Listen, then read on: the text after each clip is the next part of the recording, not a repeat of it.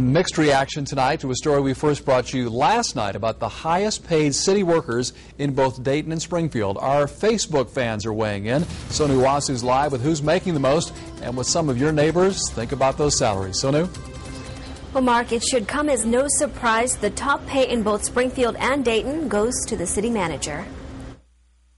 Tim Reardon, the top city official in Dayton, is taking home about $145,000, while Springfield's Jim Bodenmiller's salary is about $112,000.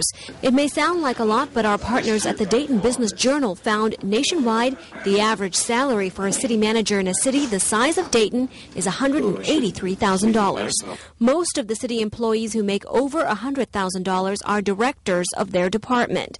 Other noteworthy salaries go to Wanda Smith, the Deputy Director of Police in Dayton, who makes about $121,000 a year. Mark Owens, the Clerk of Municipal Courts in Dayton, is taking home about $96,000.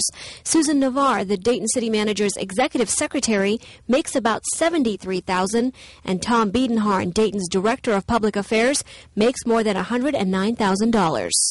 He's the guy in charge of handling community relations and media questions, but had nothing to say about this story. Many in Dayton feel these salaries are justified. After all, these are some pretty important jobs. I think it's fair, considering the work that they do. They're not overly paid for the education. Many of you have been sounding off on Facebook. Brian Smith says, sounds like they're overpaid. John Fritz says, as a clerk employee, I can tell you they are way underpaid.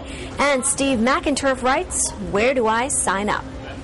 If you'd like to look at the complete list of all salaries for city employees in Dayton and Springfield, just log on to WDTN.com. Reporting live, Sonu Wasu, 2 News on your side.